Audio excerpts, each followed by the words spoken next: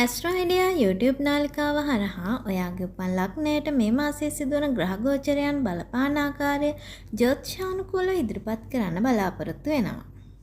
විශේෂයෙන් මේ වීඩියෝවේදී ඔයා ඔක්තෝබර් මාසය තුළදී සැලකිලිමත් විය යුතු කරුණු පිළිබඳ කෙටියෙන් ඉදිරිපත් කරන්න බලාපොරොත්තු වෙනවා.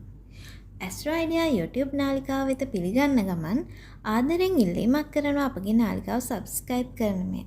ඒ වගේම මේ කරුණ ඔයාලට කොතරම් දුරට වැදගත් වුණාද කියලා මාසාන්තිමේදී කමෙන්ට් කරන්නත් අමතක කරන්න එපා. සිංහ ලග්නයෙන් උපන් ඔයා උපතින්ම නායකත්වය ගන්න කැපිපේන උනන්දුවක් දක්වන කෙනෙක් වුණත් ඔක්තෝබර් මාසයේ මුල් කාලයේදී ඔයා වටා ඉන්න අයත් සමග කටයුතු කිරීමේදී ඔවුන්ට ඇහුම්කන් දෙන්න වගේම සංවේදීව කටයුතු කරන්න පුළුවන් නම් හොඳයි. මේ කාලයේදී ඔයාට ඔයාගේ මනසේ සිතුවිලි විසිරීලා වගේ තත්ත්වයක් දැනෙන්න ඉඩ තියෙනවා.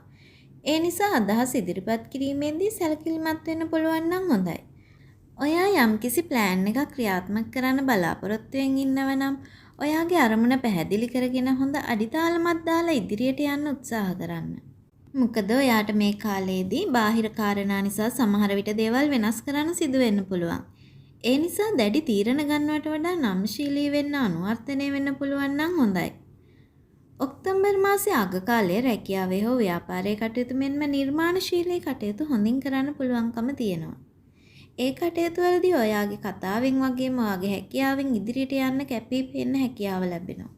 ඒ වගේම නව වගකීම් ලැබෙන අවස්ථාව තියෙනවා. ඔයාට ඔක්තෝබර් මාසයේ අග කාලයේදී පවුලේ අවශ්‍යතාවලට හරි රැකියාවට හරි ව්‍යාපාරය සම්බන්ධ කටයුතු වලට හරි කෙටි ගමන් බිමන් යෙදෙන්න ඉඩ තියෙනවා. ඔයා කලින් කරපු වැඩවලට ගෙවීමක් ලැබෙන්න තිබුණා නම් ඒක ලැබෙන්න පුළුවන් මේ මාසේ අග කාලෙදී. ඒ වගේම ඔයා කලින් කරපු ආයෝජනවල ප්‍රතිලාභ බලාපොරොත්තු වෙමින් හිටියනම් ඒවා ලැබෙන්න පුළුවන්. මේ මාසේ අධික වියදම් වගේම අනපේක්ෂිත වියදම් නිසා ඔයාට ඔයාගේ මුදල් පාලනයේ ගැටලු ඇති වෙන්න පුළුවන් නිසා මූල්‍ය සැලසුම් ශක්තිමත් කරගන්න පුළුවන් නම් හොඳයි. මේ මාසයේදී මුදල් සම්බන්ධව අනවශ්‍ය අවධානම් වගෙන ඉන්න පුළුවන් නම් ඒක ගොඩක් හොඳයි. ඔයාගේ පෞද්ගලික ජීවිතය ගත්තාම සහෝදරයින් සහ නෑදෑයින් සමග මේ මාසයේදී හොඳ සම්බන්ධතාවයක් පවත්වා ගන්න පුළුවන්.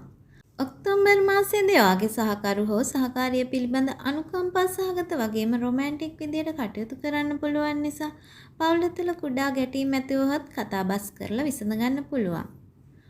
විවාහ වෙන්න කෙනෙක් හොයමින් ඉන්නව නම් ගැළපෙන කෙනෙක් මුණ ගැහෙන්නත් වාසනාව තියෙනවා. ඔයාගේ සෞඛ්‍ය තත්ත්වය ගත්තාම හදවත සහ ඇස්වල නිරෝගී භාවය පිළිබඳ සැලකිලිමත් වෙන්න. ඒ වගේම මානසික පීඩනයක් දැනෙන්න පුළුවන් නිසා ඇවිදින්න හරි සරල ව්‍යායාම කරන්න හරි පුළුවන් නම් හොඳයි. මේ පිළිබඳ කිසියම් ගැටලුවක් ඇත්නම් කමෙන්ට් හරහා ඉදිරිපත් කරන්න. ඔයාට ඔක්තෝබර් මාසය නිදුක් නිරෝගී වාසනාවන්ත මාසයක් වෙන්න කියලා ප්‍රාර්ථනා කරනවා.